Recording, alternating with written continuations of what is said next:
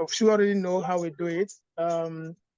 Is our usual way of trying to discuss some topical issues as they affect us in the industry generally. And this time around, we have seen how far the inflation has affected everyone, both our industry and other industries. But we just also have to find a way to navigate this situation we find ourselves. And it's important that some persons who are one of our top salespeople and some people we have in the market to be able to discuss and share their experience so that we can all discuss as an industry professionals and see where we can help our sales team to drive forward as the year goes by. Because at the look of things, we're not seeing things dropping down, the possibilities dropping down anytime soon. So the question is, how do we make our businesses survive as an industry? That is why we have called and taken this topic as a special one for us today. Before I start, I quickly want to remind us that Art of Academy has already a planner program for the year, and one of the programs for this year, as we already know, is our location intelligence workshop, which is coming up. This is also encouraging everyone to participate in the location intelligence workshop, which is meant for the salespeople this year, and to help them see how they can navigate and drive more sales. So it's pretty much recently, as we're talking about how to navigate inflationary pressure with experiencing, how do we also encourage and give them more trainings, and which we have done as far as getting some to come on board to speak to us clearly. Okay, we are wasting much of our time. We already see what inflation says, and I want to introduce people we have already in the house. We have Funmilayo. Funmilayo is from Motomedia. Funmilayo, please, if you are here, can you say hello to the house? Hello, everyone. Good evening. I'm happy to be here this evening. Thank you for having me. That's Funmilayo Deborah speaking. So, second person we also have in the house is Abimbola from Decaux. Abimbola, if you're in the house, please can you say hello to the house? Hi, everyone. Good evening. Thank you so much, Oye Academy, for this. Happy to be here. That's good. That's good. Okay. Another person also we expect in the house is Onyinye. Onyinye, please in the house. Can you say hello to the house? Onyinye is from MC&D. Is Onyinye in the house?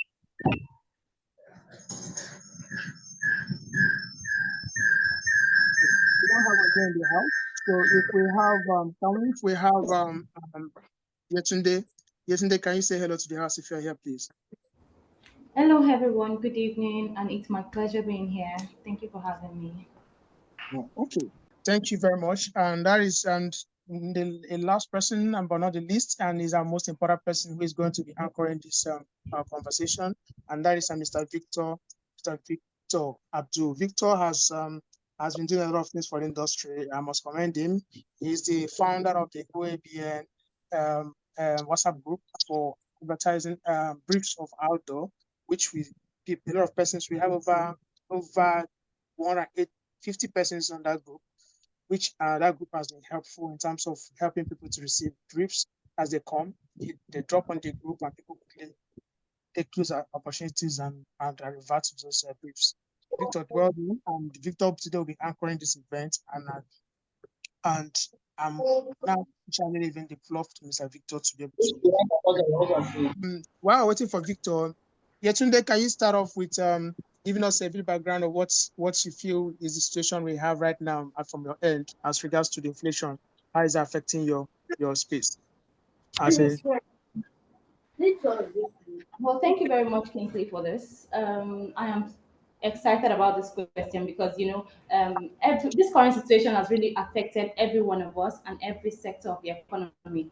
Some of our clients have actually hit with Japa, and we all are really Japa syndrome, right? Also, there's been an increase in operational costs. So, and this has actually affected the current economic situation has affected and caused an huge impact on the budget of our clients, which has caused them to either put a hold to their budgets, some either cut their budgets, or even stopped any campaigns as it is.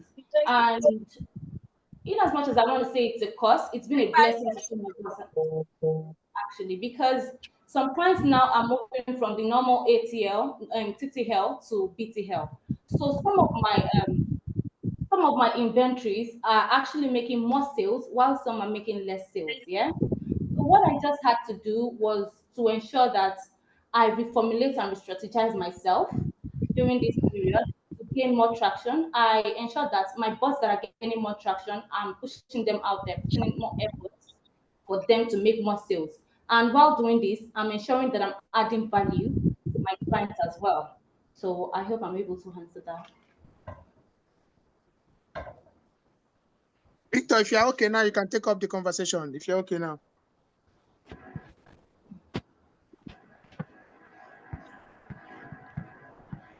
Okay, if we're not, if Victor is still struggling, let's hear Bimbo. Bimbo, please, do you want to give us a situation report from your end? How has it been so far? How has it been? Is it as terrible as we all fear, or is it looking different from your end, please? Thank you very much, Kingsley, for that question. I think that on our end, inflation, we already have this inflation conversation in the company since late 2022, if I'm right, whereby it's not only Nigerian that has this issue with inflation, but what we have is global inflation. So this already has been something that we've been working on since late 2022. That's like fourth quarter. So if the inflation is on a rise now in Nigeria, it's something that we've foreseen this, and we have also put measures into place to ensure that we can get the best out of this situation. So for us, if I look at our Q1, because what we have done is, before we do any of our budgets, the budget is done by sales professionals. So you already did something like comparison of previous year trends of previous year, comparison analysis. So when you're setting your budget based on this trend and data that you've already gotten. So that means that everything that we put in our target for Q1 is based on what I've seen over time, comparing what we have internally for the last 3 years that we've been really active. So what that means is that what I've set as my target for this Q1 is something that we've actually achieved. Even though there's inflation, I think on our hand, we have quite a good result. So thank you very much, Abimbola. I don't know, can we hear the same thing from Onye? Onye, are you there? Can you hear me? Yes, I can. Good afternoon. Can you hear me? Yeah. Can we, from your hand, this same question? Yes, I can hear you. So from your hand, basically, can you also share your experience so far in the markets and how the current inflation has affected or is affecting your sales targets? I'm going to keep it very real. But we also didn't plan for rise in diesel costs. Within the last 1 week, we've had diesel rise by 600 naira per liter. And we know that some of these other factors affects the dynamics of sales because your revenue is constantly depleting. So in as much as we had planned ahead of time, our reality now is that most of the money that we have made is being expended. The money just goes off, it goes off to diesel. And especially for people like us that have a couple of platforms, we have like 5 to 6 LED platforms within Lagos. So if it was just majority of the static billboards, you can project and plan and your rates and all the dynamics can be controlled with the static platforms. But for the LEDs, we've planned, but our reality is constantly hitting us. Our reality is that power costs have gone up. Our reality is that diesel costs have gone up within 1 week at 200 naira per liter. And we have to serve like 5 or 6 locations at the same time. It's tough. So you see yourself making a lot of money, but the money is being siphoned out to service other collaborators within the system. Because LED businesses don't stand on its own. You have people that run the operational side that you need to fund also. You pay for diesel costs, you pay for AC, you pay for all sorts of things. And then you can't also determine when your models are going to have problems. And unfortunately now, for those of us that run the LED business, we're dependent on the dollar to be able to replace parts. We see what's happening with the dollar. So yes, we have a reality we planned, but we can't control some things that are happening right now. So this is an experience so far. We planned for the year. We have a quarterly plan. We have an annual plan, but the reality that is hitting us is not part of what we planned for. So that's our experience for now. Hello. Yeah. So I said, with all of this you have shared, now, with all of this you have shared, this will now bring me to asking you, how do you now prioritize customers' need and budget constraint in this period? That's the part A of the question. I'm actually going to ask you the other part of it. The question is on the screen now. Prioritizing customers' need in this, yes, fish shop. Are you there? Yes, I am. Okay. So what we've had to do is we've done some form of situational analysis. We've looked at our organization, our offerings. We've also looked at other people within the space, especially with reference to the LED business unit. We've also looked at our pricing. We've had to analyze ourselves in reality and say to ourselves, are we doing well within the industry? So in the middle of all of this, seeing that most of our clients are also grappling with the same things that we're grappling with, the only way we've tried to make things a little bit better for them is we've worked on our buying plans. We can't shoot up our prices because it's most likely that the prices are going to chase people away. We also have other people that are offering the same sort of things that we're offering within the same space. So what we're looking at now is which way do we provide visibility for a lot of our clients at a cost that is not too pressing? And also we've come up, okay, like within our system, we have what we call flexible buying plans and other plans. So when we have clients that come to us and say, hey, I don't have so much money. I have only 3 million naira, or I have only 5 million naira, and this your location is way above my pay grade. So we provide alternatives. The hope for us is that these alternatives will help us mop up a lot of the market share that is already existing. Let's say we have other people that are stuck with their old prices.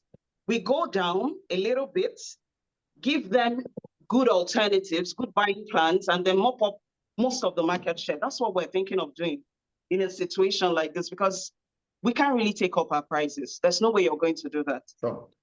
Because what you're grappling with is what the client is also grappling with at the same time. So we just need to tweak our offerings a little bit better in a way that it's a win-win situation for both parties. Well, thank you so much. For me now, my own take out on this is tweaking. Hello, are you there?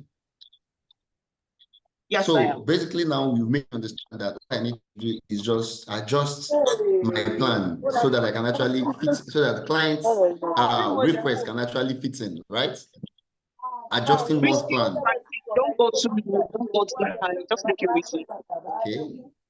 Okay. Thank you very much, Onyinye. Funmilayo, are you there? Yes, Victor.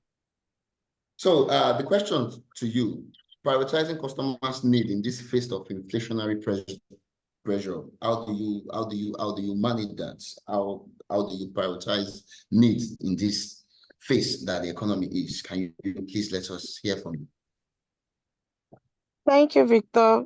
As my colleagues have all rightfully said, the inflation period is a global thing.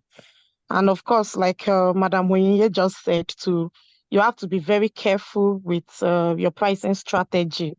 So I was actually going to say something before this question. So, in the beginning of the year, what we did was after our financial projection, we had to do like a supplementary projection as well, because we have to come to terms with the reality.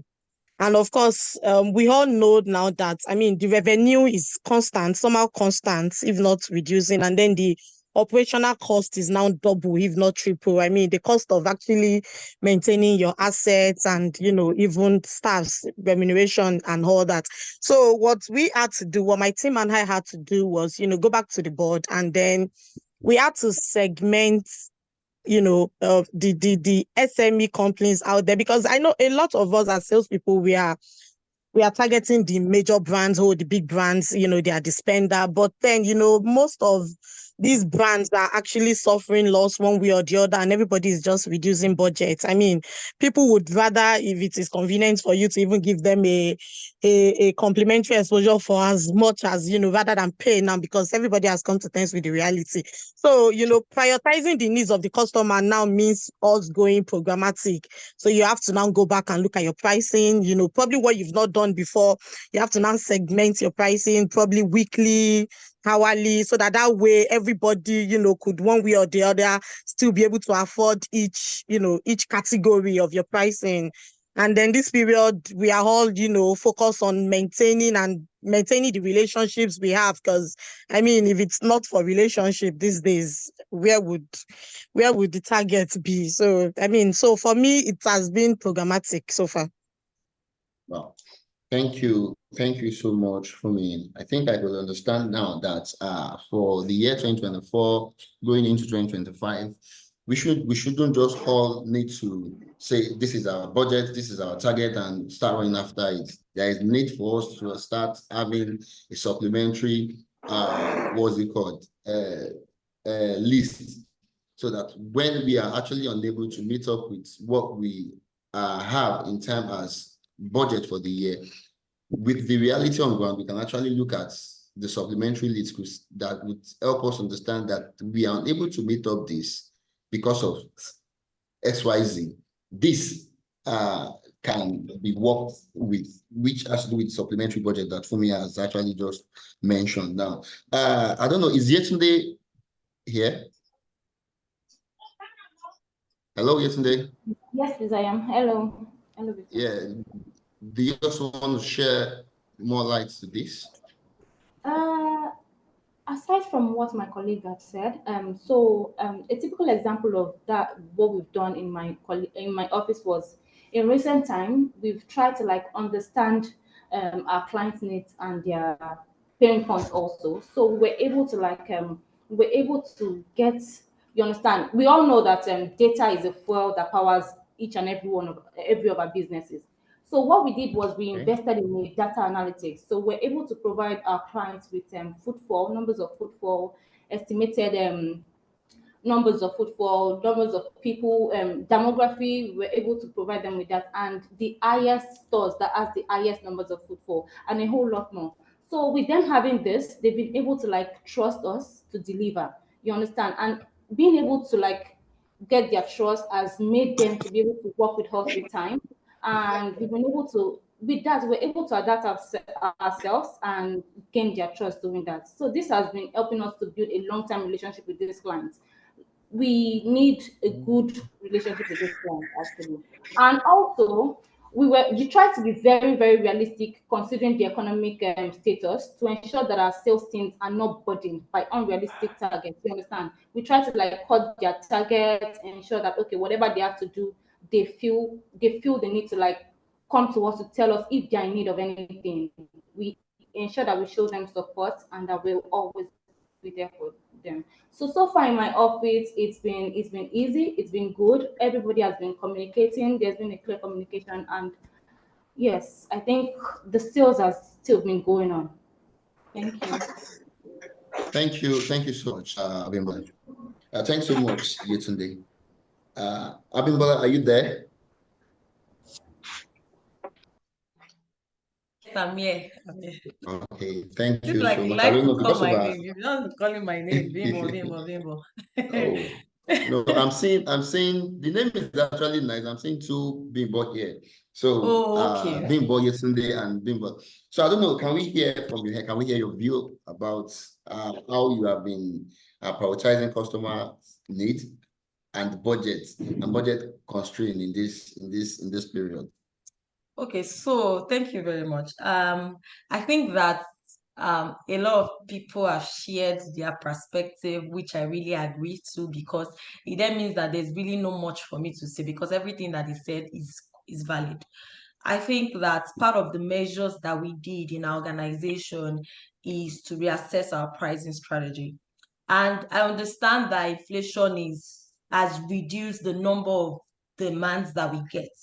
But what we have done is that even though we increased our rate card a bit, and this rate card is not like we increased it now, it has been increased since 2022 last quarter, but it was never effected. So what we did this year was to ensure that we effect that.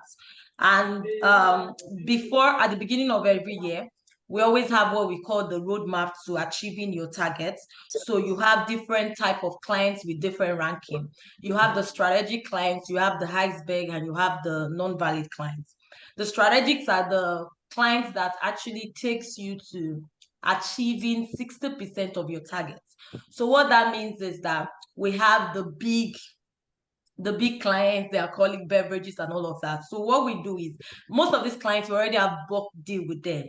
That's bulk deal that has been renewed year on year. So what we did is, we understand that we're enforcing a new price increase. But please, since you have a bulk deal already with us, we are just going to give you 20% increase or maybe 30% increase. And knowing fully well that the value that they are getting from us is beyond what they are paying for, and the good relationship we have with all these clients, we've been able to get that. So our strategic clients have agreed on, increasing, and what we also give them, we give them extra added value just to cushion the effect.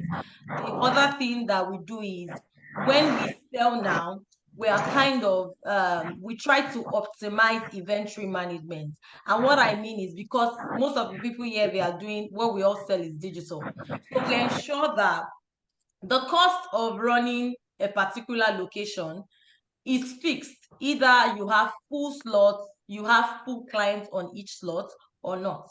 So what we try to do is that, with the help of the software in the office, is that we can check the occupancy rate at each location.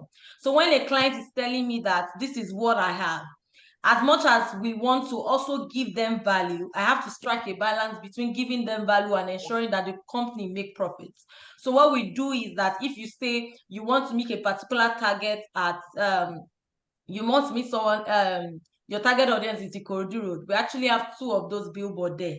Instead of me giving you Fade, maybe I can give you Maryland, because what I need to drive at is to check my occupancy at each location and see the one that I can spare, because I need to ensure that I have more than average occupancy at each site, to cushion the effect of whatever cost we are using to operate, and also rendering value at the same time. So what we do is to ensure that, as much as we're giving value to the company, we're striking a balance between giving value to our clients and also ensuring that the company makes profit at the end of the day. I think that's what we've done. Thank you so much. We appreciate this. This is for you, Madam Onyinye. I want you. Hello, can you hear me?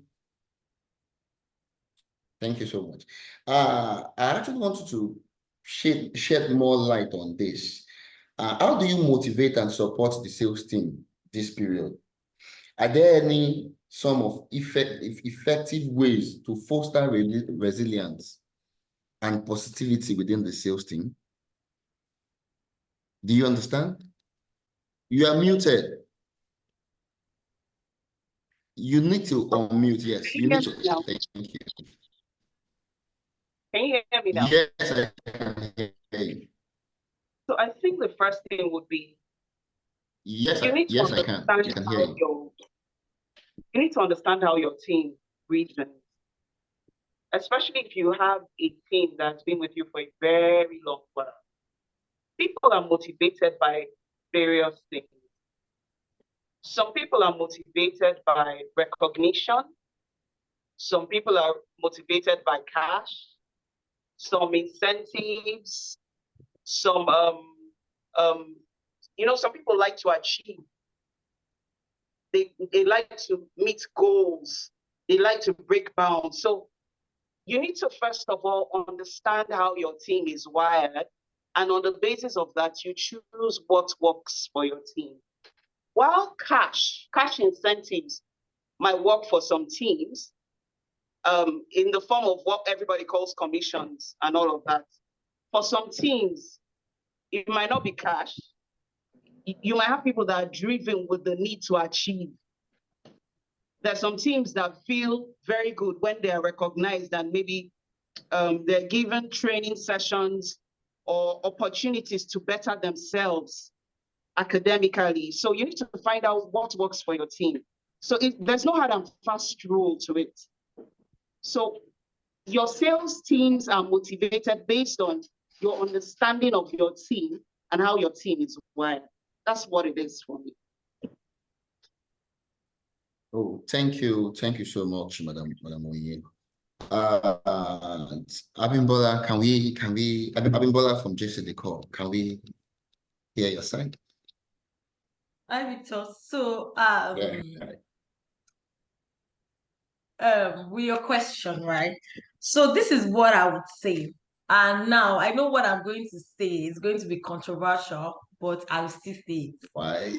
I think that it comes to, one thing is that you have to have a passion for what you're doing. I think that when you have passion for what you're doing, even every challenges, you don't see it in a negative light. You kind of see it in a positive light because it's stretching you to become the best version of yourself. And very grateful for the kind of organization that I work that they celebrate small wins in a way. And their incentive, like for every sales that you bring, you get commission for it. And it's not owed. So you get it as when due. Do you understand? And I think that we have a kind of organization that it's you can freely assess anybody, speak to anybody when you are going through stuff. But very important thing that during this time, that the seasons when we have this inflation, is that we should try as much as possible to train our team members.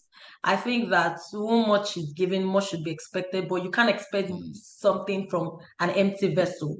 So there has to be a lot of training to make the person a true sales professional. I think that that's what we've done in our organization. And just as I said earlier, even though that this inflation pressure is there, I just think that we've been so lucky because we've taken measures before now. And everybody is feeling good, really. And I hope so. I hope so, because you might think everybody's doing good and everybody's not doing good. I just feel like we just have a fantastic we have a fantastic thing in my office that everybody is free to say, to have their opinion. And if you are my team members, you already know that when you bring one sales, we celebrate it. So I just feel like the right motivation is there. And also, okay, let me just stop it here before I say something else. Thank you. Thank you very much. Training the team, motivating the team, all of these are what Funmi from Decaux has just said. Funmilayo, are you there? Victor, I'm here. Is it that you want to transfer me from Motomedia to Decaux? I mean, Abimbola, would you like to shift so that we can share I don't understand. Why are you saying for you from Decaux? It's Abimbola from Decaux. Sorry, Abimbola. Sorry, Abimbola from Decaux. So Funmi from Motomedia, please, can we hear your side? Can we hear well, from Victor, seems you want to transfer me to JCD. Bimbo and I will have to have a meeting after this section. With Victor, I mean, it's his idea, not mine. Well, thank you, Victor. So, like my colleagues have rightfully said, it is very important to recognize accomplishments. It's also very important to nurture career development because you actually need to give to the team for them to give back. Then you need to create trust with your sales team.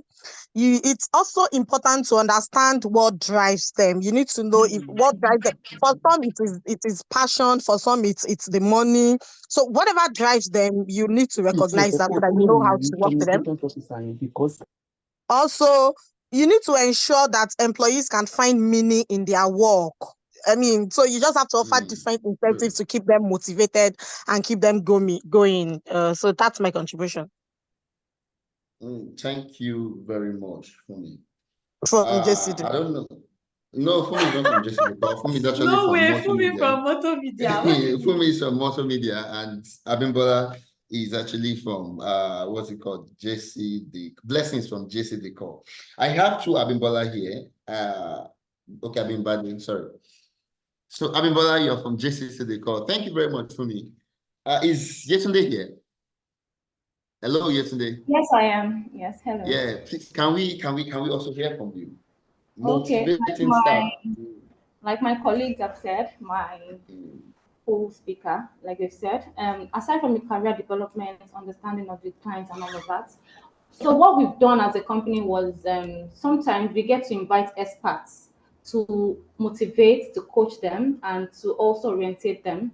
So it makes their ability it makes them grow resilient. They get motivated by all of this. And also we recognize each and all their small wins and also their milestones. By doing this, it might be a token. It doesn't have to be monetary. Sometimes I just get back for them or anything you want to do. So, and also we keep an open and transparent communication with them.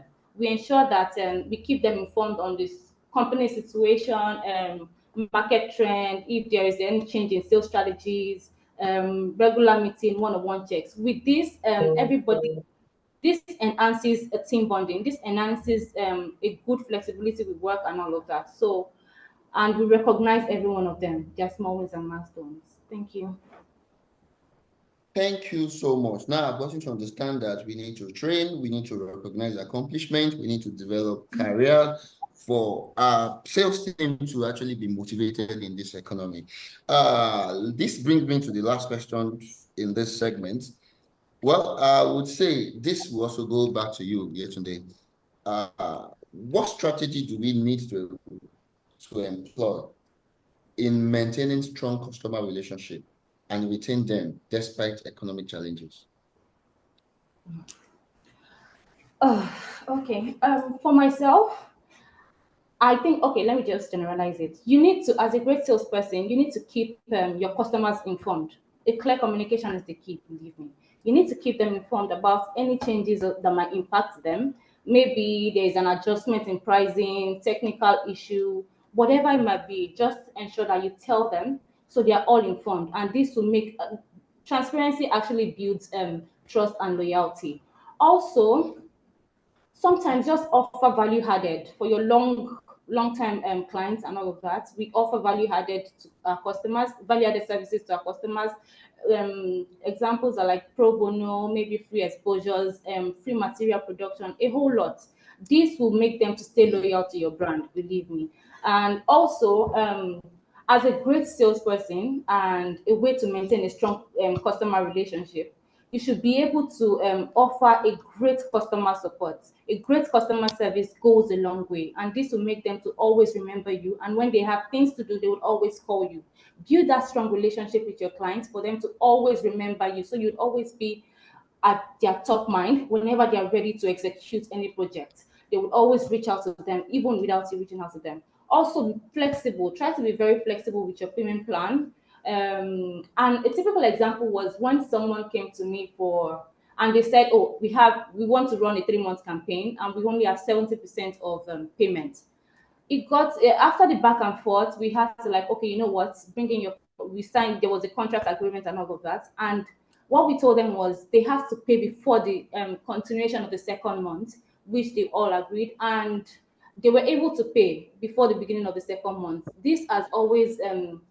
This has built that relationship. So they keep coming, they've trusted us, and with that, we're able to, being flexible has made us not to lose that client, and they've been bringing more bonuses and adverts to us. Also, give a good listening ears, actually. You need to listen to your customers' feedback. You need to listen to their concerns, their needs, everything. Offer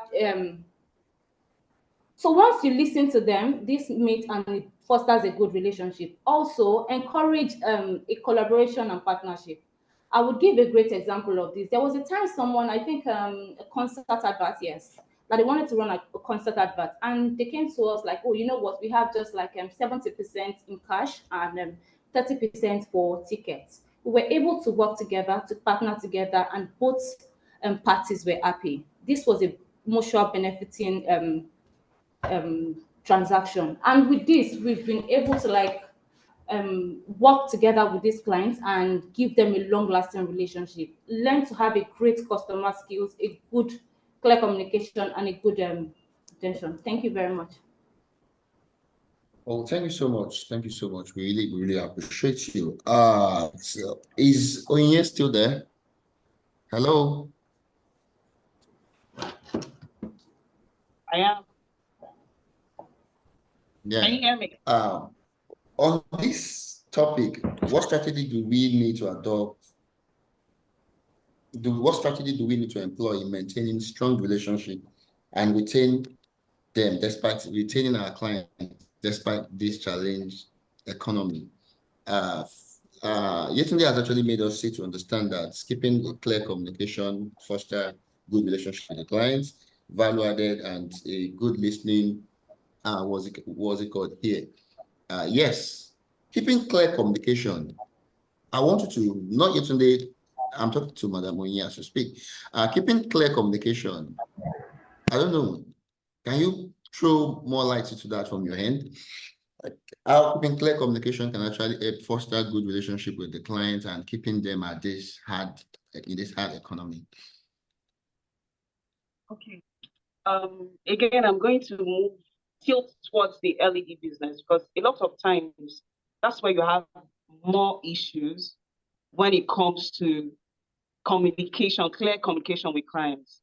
So on platforms at times, you have an issue of downtime that happens once in a while, or you develop black spots or different things that crop up, or you have a software malfunction. Once in a while, these things may happen.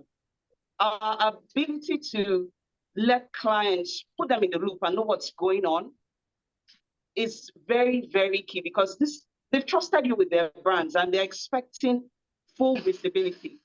So I think for me, if you want to keep your clients, you also need to address your internal audience, which will be your maybe site operatives, the entire operations team.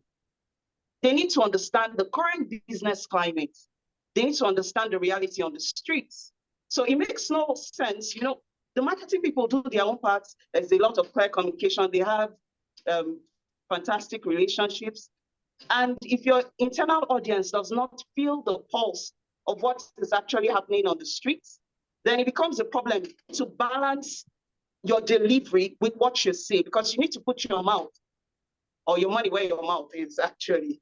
So it's important that, yes, we have to communicate. Communication is you carry your client along per time, per minute, and all of that. You do what you're supposed to do, but your internal audience has to work in tandem with you so you can give excellent delivery to the client. So that's it for me. Thank you very much on these insights. Funmi from Motomedia, back to you. Can we hear from you? Hello, Funmi, are you there? Yes, Victor. I'm here. Okay, Sorry, can we hear I'm from you? caught up with something else. Okay. Yes, so like my colleagues have rightfully said, this period we have to actually focus more on solving the customer's problem rather than just taking their money. We also need to prioritize their experience. We need to foster customer loyalty, and I mean, above all, we need to give our customers some value add.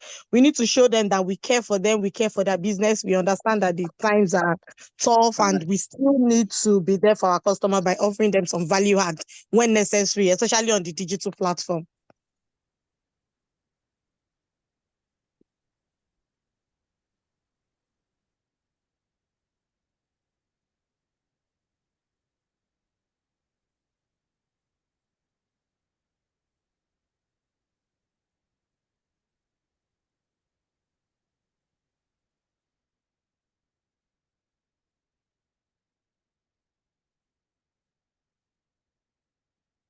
Hello,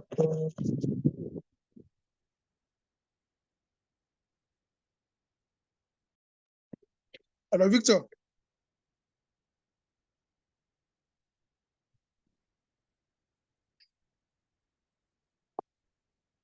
Seems for me, I'm the only one that is not here.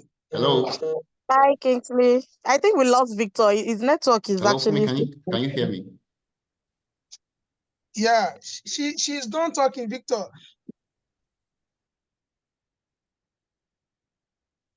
Guess we lost Victor. Okay. Victor, Well, Victor, we can hear you. okay. Blessing. Okay, it's still Abimbola. It's still Abimbola. Funmilayo, Deborah. Okay. Blessing, are you there? Abimbola, are you there? Do you know the last time I was called Blessing? Oh. You're calling me Blessing. Abimbola, please. So, okay, Abimbola, can we hear from you? Okay.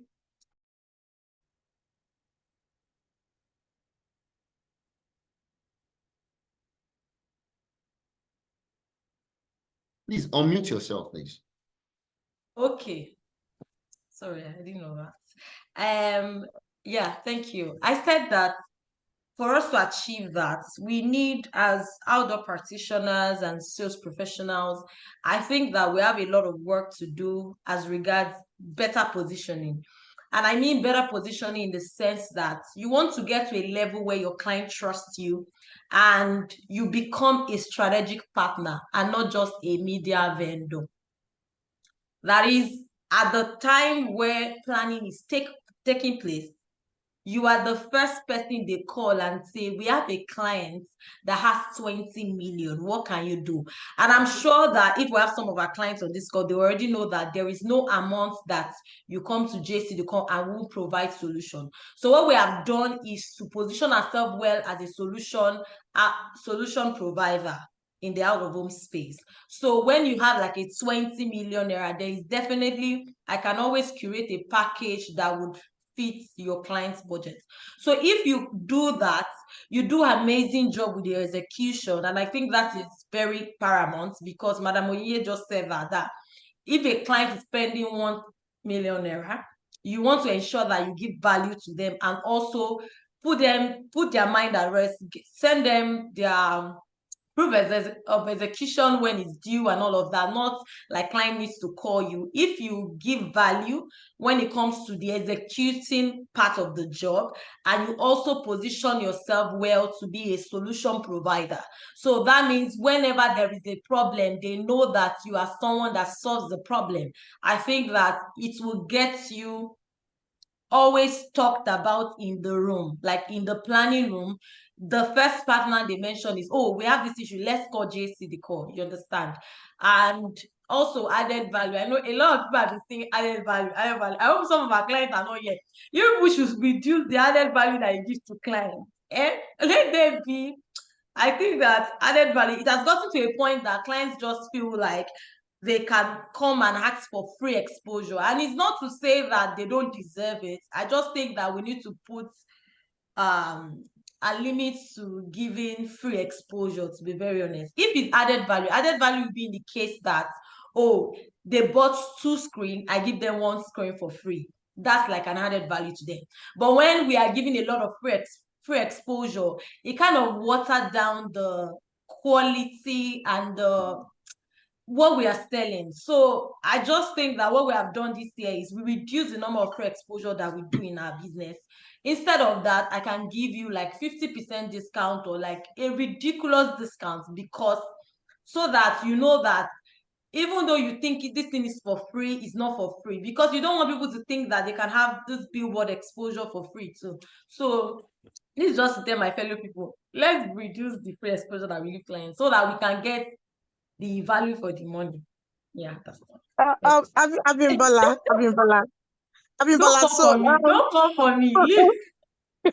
Hello. so for some of us, value adders actually really help us in making sales. So I can actually list 3 clients that I've approached, and they actually did not have a marketing budget that quarter. And then I actually proposed the value add thing. And then it actually, I mean, for somebody that doesn't have a budget, from nowhere, 50 million naira budget came out for that quarter. So for some of us, value add has actually been it is a strategy, it's a tactic that has been working. So why would you want us to not use it again?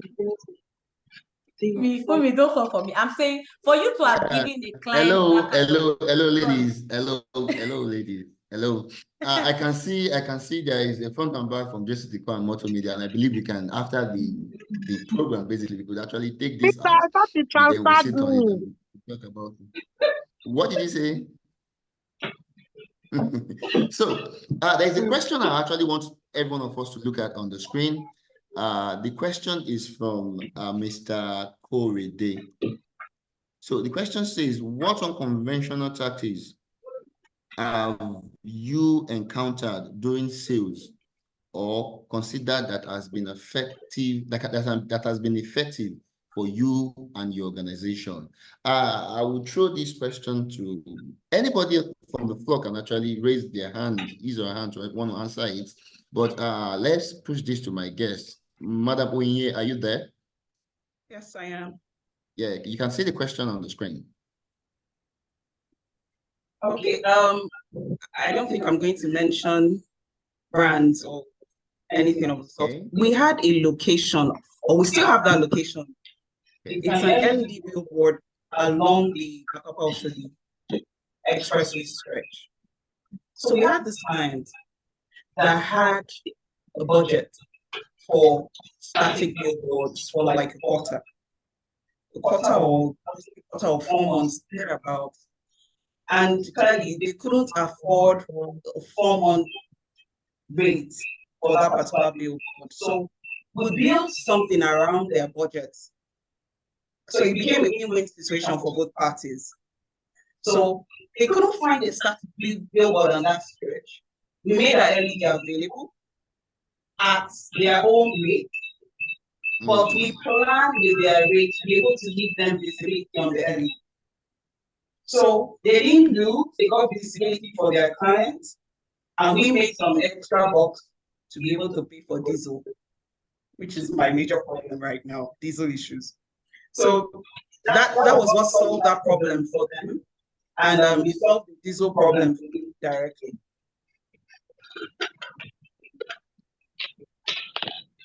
So I think we're also looking at, for more clients, how many clients that come up with issues like this, we're willing to provide solutions in this regard. Because what we're doing, we still have our regular rates. We just mop up a lot of money from people like that are looking for solutions. They feel that maybe the LED is too expensive. We come up with alternatives within their budget, make a little extra money, and everybody's happy.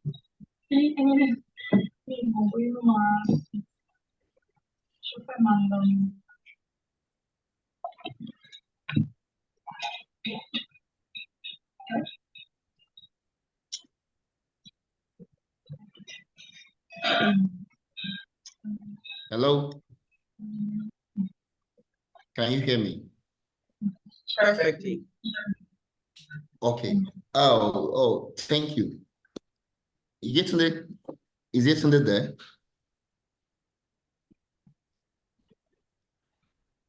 Hello, Yetunde.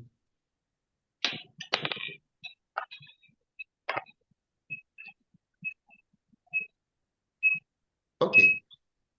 Abimbola, you're talking. Let's hear from you. Hello. So I believe you must have gotten a whole lot of experience around this. There was a question on the screen from Mr. Korede. Let's just take one or two more questions here. Mr. Korede says, okay, let's go back to the question. Okay. What unconventional tactics have you encountered during sales, or considered that has been effective for you and the organization? Unconventional tactics that you have encountered during sales. Has it been effective for your organization? Yeah. Okay, so I think that what Madam Onyinye actually said is something that has happened to us before. And we've used it to get like a client that is fixed with us, like they keep renewing year on year. But another thing is that there was one time I was having a conversation with one of my client's friend, and you just get to this point that, okay, I think it was December. In December, we always do like this slash price, like almost 50% or 60% discount. And then we're just having that conversation. I'm like, do you know that with this, so if you do this and this, you can actually do this for 1 year, blah, blah, blah. And then it was just like a joke. I didn't really mean it because it was even below what was given to me to sell. But we're just having conversation. Maybe I was just feeling myself and I gave him that rate and all of that. And then from nowhere, the job came in and it was a 1-year deal from an agency. Even I'm sure that everyone, where do you get this kind of huge discount? It just came in as we were gisting. I'm like, you can actually do this, I think, and I don't have manager's approval for that.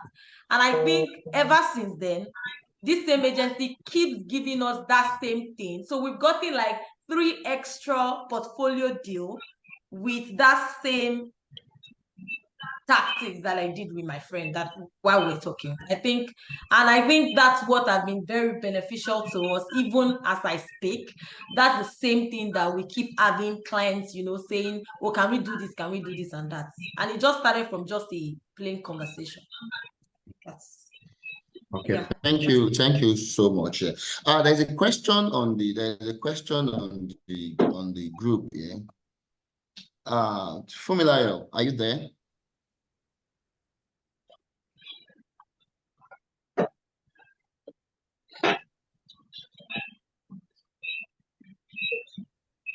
I'm seeing a question here. Well, which sector within the industry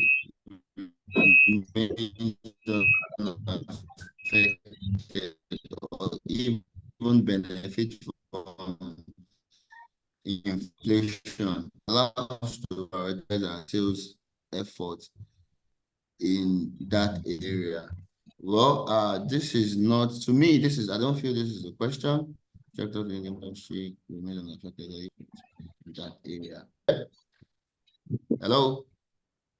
So generally, I want to bring this question up, and I don't know if anybody from the room can actually answer me. Now, looking at it that from experience, we know that in the face of inflation, most businesses will eat marketing, and they want to market even with their low budgets, bad as it may. The first thing they look at is OH. And when bringing that amount, are you there? Yeah. Victor, sorry. I think Michael was asking a question. Okay. Yeah. It's question 2. I just read it, question 2. He said, okay, Michael is saying which sector within the industry remain unaffected or even benefit from inflation, allowing us to prioritize our sales efforts. Do you have an answer for this question? Funmilayo. So, Michael, thank you. I think that you want to look at the industry, financial institution, because based on what the data that we have since last year and this year, what we have seen is that there's been growth from financial campaigns. So you want to look at financial category, you want to look at entertainment categories, the like of Amazon Prime, the likes of Showmax, the likes of DSTV, GoTV. So you want to look in that direction. Also food and grocery. That's like more of the FMCG. You want to look in that direction because there are clients that even though there's this inflation, they are still doing a lot of things and they are even willing to give you like a little bit more extra budget. I think if you look into that 3 categories, because that's where we're even getting most of our revenue from. Alcoholic too is somehow, but it's something that's a revenue there too. Thank you. I think I was just want to come back to you. Okay, we have a question here, question 3. I recall you mentioned the need for inflation there. in the inflation period without partnership with mobile. Hello, Madam Oyi, are you there? Yes, I can hear you. Yeah. Hello, 3 that is on your screen. Can you see it? Yes, I can. I can. But I think this this Powerhouse Multimedia, I think Powerhouse Multimedia is actually directing this question, and what I actually want you to look into it and kindly address it. A partnership with a mobile LED advertising company. In all honesty, I'm not sure it fits into what we want at this time. You know, everybody has their own plan for the year, and I'm not sure this fits into, it's not tailored to what we want as salespeople for an LED company. But I see I don't know, there might be a bit of confusion there in the question. There's as LED static billboard company. So I need to be clear. Is the question as an LED company or as a static billboard company, how do you view partnership with mobile LED advertising companies at this time? Is it a two-way question for the LED and another one for the static company? I just want clarity. I think the question is saying static stationed LED billboards to mobile LED billboards. But the person that asked the question is, you can raise your hand so you can turn on the mic and clarify the question so that we just treat it. If you're here, just clarify. But basically, what I understand is talking about static LED and mobile LED structures. So how do you see collaboration with these two as in this period we have? No response. Okay, I'm not sure we want to do any collaboration along these lines. It doesn't in any way add to our bottom line, and it will be some form of competition for us as an LED billboard company to collaborate with the mobile LED company. In our own, for us, we have a lot of billboards positioned at strategic places within the Lagos metropolis. So we have like 6 LED billboards. So I'm wondering what problem the mobile LED collaboration is going to solve for me. Because I need to have a good reason to be able to partner with them. So if my reason is that I'm trying to create visibility for my clients on some particular strategic routes, I already have billboards in strategic routes. The Ocean Artery, the airport area, Mobolaji Bankangani, Onikam, Yaba axis. So I'm wondering what problem that partnership will solve for me. As a business person, before I move in that direction, I'll be looking at the pros and cons. Why would I want to do this? Am I going to be doing it on an emotional basis, or because it's going to add to our bottom line, or it's going to give my clients some form of extra visibility? So for me, I don't think partnering with a mobile LED company for our LED platform to make any kind of impact to our bottom line, for me, I don't think they would. Now, when it comes to the static too, most times a lot of people have decided to go on the static are trying to cut budget because the perception is that LED platforms are very expensive. That's the perception. But we've moved past that perception with programmatic plans or flexible plans that are currently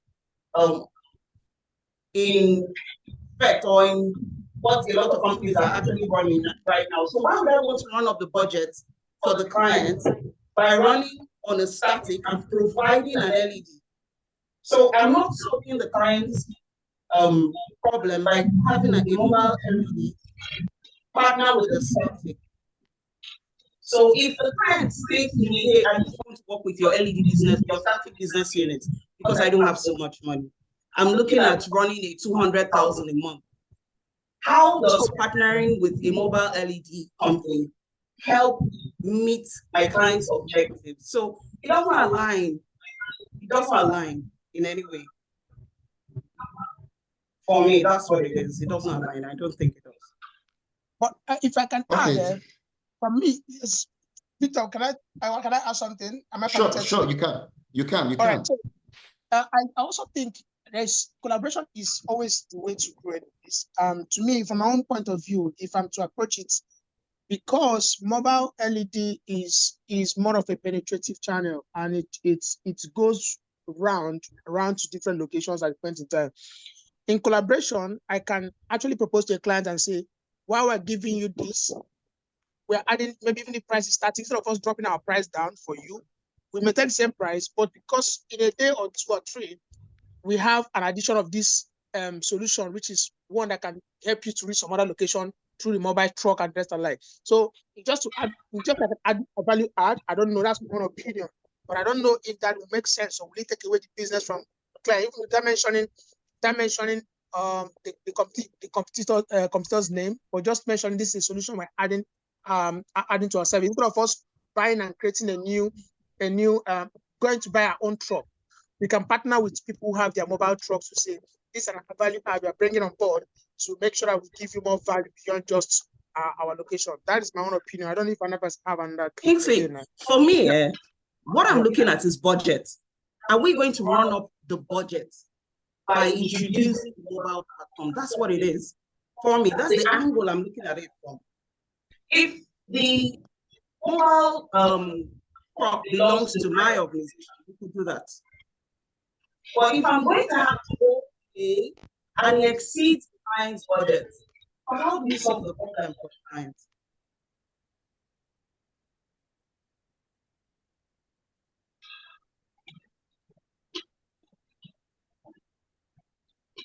Kingsley, are you there? I'm here.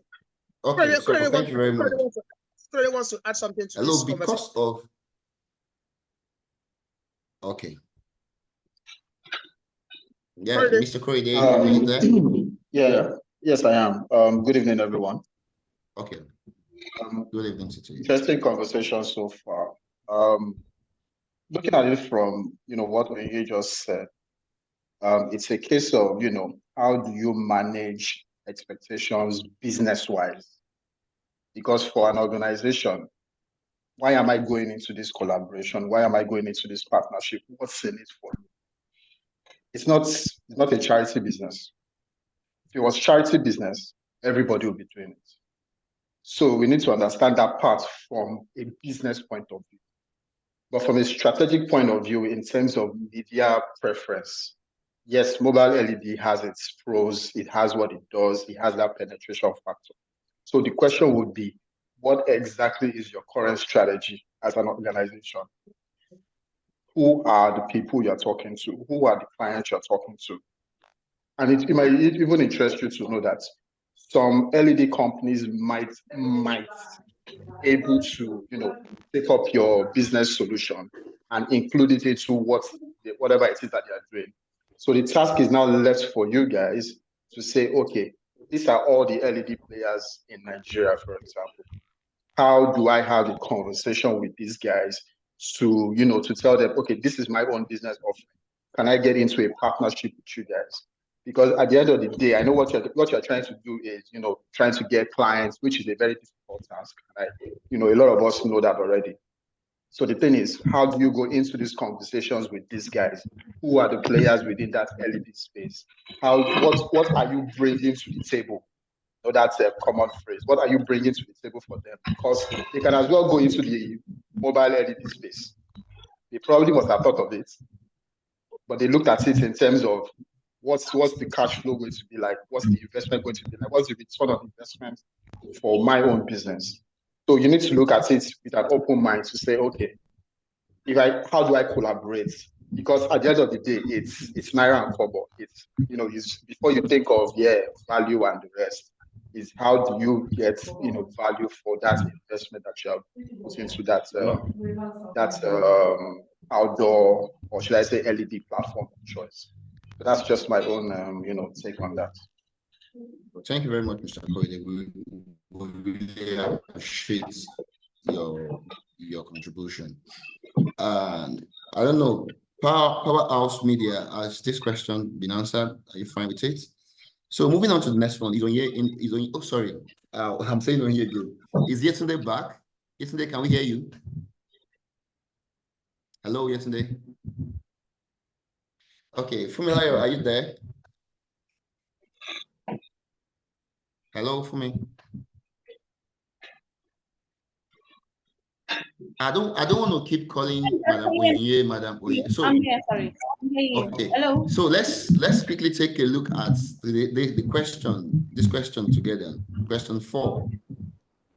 How do we deal with customers that are never satisfied with our offering, even when you have tried hard enough to balance the value you give them and your company's profits?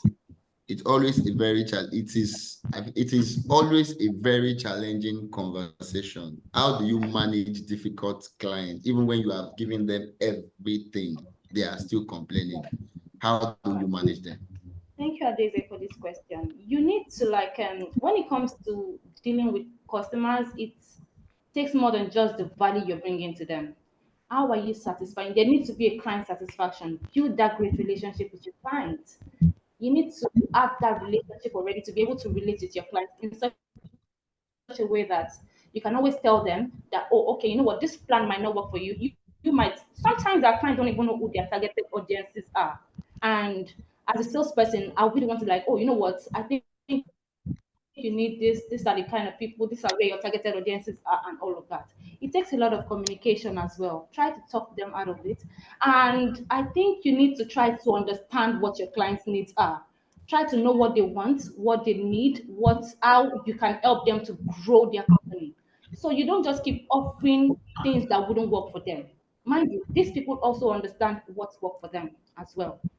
So you need to like I said, a great relationship goes a long way with clients. Don't just want to push clients. What I do personally is I ensure that I build a great client relationship with a great relationship with my clients, not just the workspace relationship. Because I know after work, when we don't get to work, I don't want a situation whereby we cannot communicate with each other.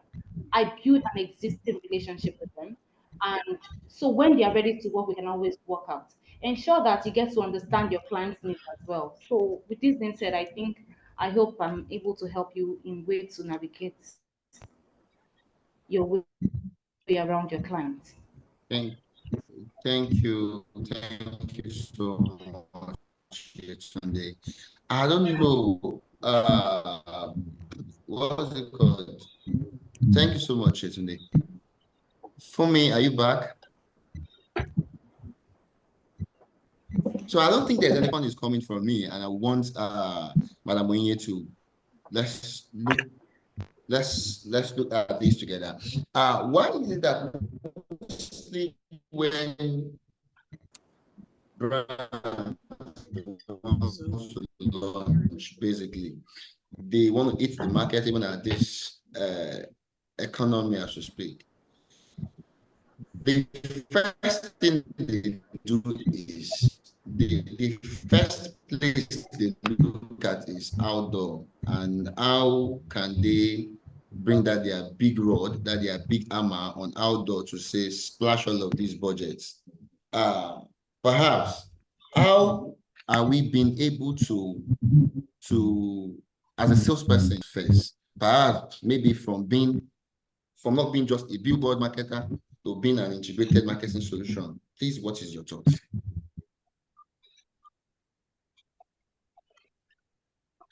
How have we been able as a salesperson to ensure that client hammer doesn't eat us first?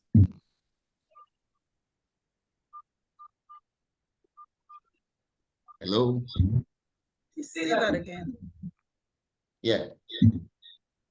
As a marketing person, we are not just this. They know that whenever they want to launch, what they do basically is come out there to say we are marketing. But once they want to slash their budgets, the first place they look at is outdoor, and they begin to reduce all of this in this economy. How have we been able to manage that, not presenting ourselves to them as just a billboard marketer? Are you with me? Yes.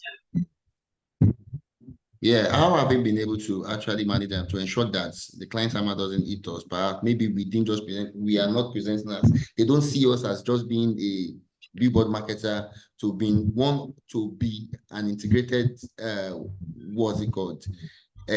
Solution for them. How have we been able to manage that aspect in this economy? Hello, I'm here. So I'm frozen again. Can you hear me? Is he asking? Yes, I'm asking. Okay, so I was frozen for a bit. So I think first of all, you need to do a situational analysis and make the client understand the value that you bring. I'm not just saying, this is not a pepper. I have something that you need. I have something that will help position your brand. This is not a thing of saying my billboard is bigger than any other person's or anything of the sort. No. Let the client understand your value proposition, what you bring to the table. So the client should also understand that they're not just paying you cash. There's something they get in return. There's something they get in return for it. So you're not just taking their money and just sitting aside and earning money. You need to know what your value proposition is as an outdoor company. So your value proposition that you will use to sell the board. When the client sees it, then they decide to pitch tents with you. So it's not an issue of my board is the biggest, my board is this, my board is that. What value are you bringing to the client? And at the same time, a form of competitive analysis. What is it that you have that other people within the same OH vendor space don't have? That should be part of what you should be pushing forward. It's your unique selling point. Let the client understand that this is what I bring, this is my offering. Nobody else is going to give you this. So even if you run around, it's unlikely you're going to get this. But I think sometimes the issue is that people within our space don't understand the value proposition that they bring. They don't understand what their unique selling point is. They've not done an honest analysis of their organization and what their competitors within the same space have to offer. You know, our product is not exactly specialized.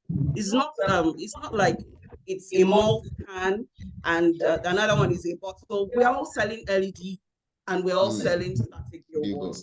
But there's something about your offering that is unique from what the competition is doing. Once you find it, you'll be able to retain the clients. And the clients will know that even if they need to cut their budget, hey, these guys need to be on the plan. They have a lot to give us. They have a lot to offer. But your sales team needs to understand your unique selling point and your offering and the value proposition that they bring to the client. That way, the client will be able to appreciate your position and stay with you and pitch their tent with you for a very long period of time. So that's it. Thank you so much, madam. I can see Chinozo is here. I can see your hand is raised up. Please, the floor is yours. Let's quickly hear from you. Thank you very much, Victor. Thank you, everybody. It's been quite interesting so far. I just wanted to think of from where the last speaker stopped about how do we, so critical questions we need to ask ourselves is how do we, as a business, position ourselves not just as salespeople to the clients, but as solution providers. So I hear us saying that we need to tell the clients how our billboard is better than the next billboard. What is the sales proposition for a particular billboard? But I think we need to go beyond all of that. And rather than seeing ourselves as an industry as competitors, why not see ourselves as collaborators? I think it would go a long way. So I've seen instances where clients have a lot of confidence in what you say. I'll use myself as an example. If a client, I'm speaking to a client about media propositions, and then I say to the clients, no, I don't think media will solve your problem. I think you need to go to the streets. I think you need to do X, Y, Z. But what we ideally do, the first position is to try and convince the client that media is a solution per se to their client. I'll ask a question. Would Abimbola, for example, be able to tell a client who is selling Alomo bitters to say, no, my board on Funmilayo Bridge would not. I think you guys lost me. Someone tried to call me. So will Abimbola be able to tell a client who has approached her to say, this is a product I have, it's for the SEC, B&E, that no, Mr. Client, I don't think I have billboards in my position that would help sell your product. Can we look for something in Ajegunle, something in Orile that is not just Decaux inventory per se? So while doing that, the client now begins to see you as a partner in progress, not just as a salesperson. So you're trying to bring solution. So what happens in the long run is that anytime a client has a problem, the first person they think about is you. While you're selling your products, you can also tell the client, no, I don't think billboard on Funmilayo Bridge. While that is what I have, that's what you're asking me to give. But for this particular product you're launching, for the purpose of this particular campaign, you do not need my board on Funmilayo Bridge. You need something in Orile, you need something in Ajegunle, you need something in somewhere in Yanapaja. Can I help you look for? So the client begins to see us as partners. It would help curtail the impact of the inflation we're talking about. When clients are seeing you as partners, so they reach out to you just for anything, not just when they have billboards campaigns to launch on billboards. So we need to start thinking beyond just ourselves in the industry, not seeing ourselves as competition, but as collaborators per se. So that's just a comment I wanted to make. Thank you very much. I think my take home from this is we shouldn't see ourselves indeed as a competitor. We should see ourselves as somebody who has come to collaborate in the industry. And I strongly believe that this can actually take us far. Thank you so much, Mr. Alonso. Sorry, Victor. Mr. Victor. Yes, so I just wanted to say something. Okay, yes, I was just about to say something on what I think what Oye and Chinoso have, like said. That's like the perfect responses. But I just wanted to take us back to the last question before that talked about something about, giving your all to the clients, blah, blah, blah, blah, blah. In my own opinion, and from personal experience, if you strongly believe that you are giving your best in terms of offering a solution to a client, and you are getting into the space of getting into the space of eating into your company's profits, I would advise you close that chapter and move on to the next one. There are 1,000,001 brands out there that need your solutions. You cannot jeopardize your business proposition. You cannot jeopardize, you can't waste your time. You need to close that chapter, move on to the next one, and you'll be surprised that probably the next client that you are going to get is going to be spending more, is going to be, doing more with you in terms of business. So that idea of, begging, pleading, it's 2024. As sales experts, you should put yourself in a position where you are actually, if I'm offering you a solution to whatever your problem is, and you are putting me at a spot where it's becoming very uncomfortable, I just move on to the next client. There are 1,000,000, like if you look around you, if you go into a store, if you go into a mall, if you go into a supermarket, and you look at the brands on each of the aisles, you probably are not even doing 5% with those guys. Spend your time in, sourcing for other business opportunities in other places. And at the end of the day, it is you see the reward from it. So that's just my take.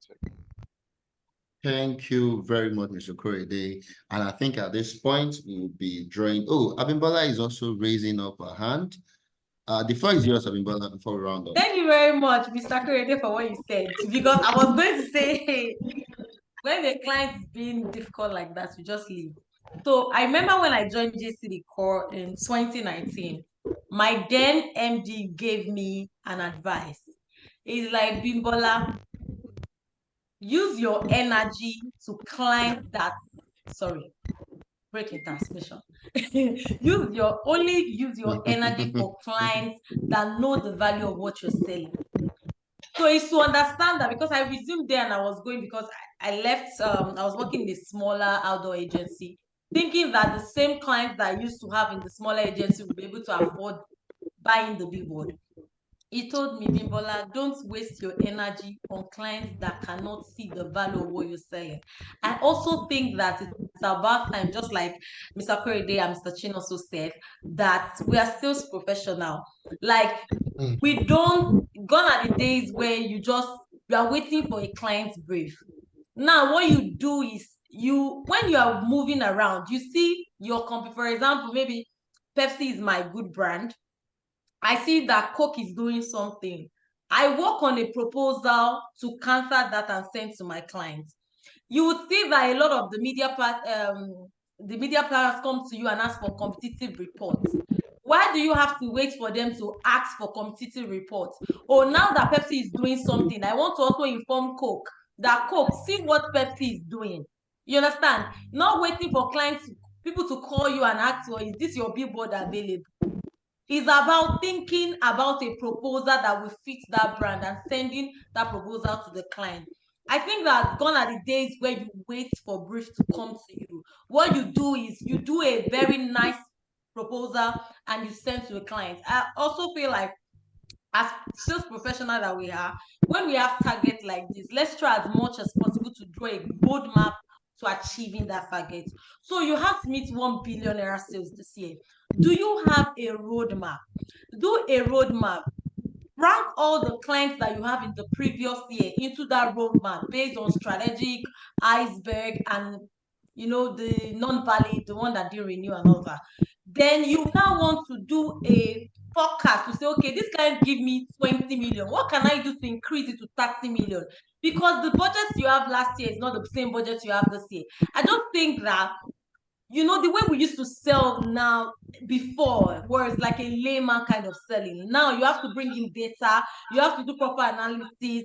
There's just more to do, and also learn on better ways to sell. Because the honest truth is that we need to strive to let people know that what we do is not just selling billboard. Just like this, we provide solution, and position yourself well like that. Positioning has, like, there's a woman that used to tell me, Madam Motola, she says, if you do not say who you are, nobody will say thou art. What that means is that people will say, Jessica board is expensive. What Jessica has tried to do is position themselves as premium brand. So when you come to me, you know that you want me. You know the value that JC Decaux will bring to this. I just think that there's so much that we have to do as sales professional in industry. We shouldn't be doing things the same way we met our predecessor doing. We should bring a lot of value proposition, a lot of new ideas or new ways of selling, bringing in data. Because the issue that we have in OH is that there is no enough data. Why would someone say that OH is not important? Will you not leave your house in a day? It's not possible for you not to consume the medium. So it's because you don't know what you're selling. If you know what you're selling, you believe in what you're selling, you'll be able to convince the client. And if the client does not want you, please let him go. He will come back to you. Yeah, that's all I have to say. Thank you. Victor, sorry, just one more touch to the industry as a whole from me. Sorry, if you permit me. Can I go ahead? Okay, feel free. The floor is yours. After this hello, Victor? Yeah, you can go ahead, please. Okay, so just quickly for me, I think there's a narrative we need to change in the industry to help ourselves. It is currently a buyer's market. We need to, as an industry, start thinking of how to wrestle that narrative out of the client's hand. So what happens is that the buyers determine the rates, because a lot of other alternatives, if JC Decaux is cheap, is expensive, he falls into the next person who sells 50% at 50% discount to him. We as an industry need to start thinking of how do we change narrative. It should be a very a symbiotic relationship, not a master-slave relationship. Clients, as it is today, dictate our tunes. They dictate what we sell our bots at. We dictate how we sell our bots. We need to start thinking of how do we change this narrative and turn it into a seller's market as it's supposed to be everywhere in the world. So that's a charge to the industry. It's a long walk. It's not going to be easy. But if we don't change it, trust me, you will still remain here where the clients determine how we sell, what we sell, and at what rate we sell it. Thank you very much, Victor. Thank you very much. So, and I really appreciate all the guests, Madam Onyinye, Abimbola, Funmilayo, and Yetunde. Thank you so much, no. So thank you so much, Mr. Korede. I really appreciate everybody here present. And if at all I'm not taking anything home, I'm taking this feedback home. Let us resolve it out and let it be the seller's market, no longer the buyer's market. Was it like Abimbola has rightly said, know what you are selling.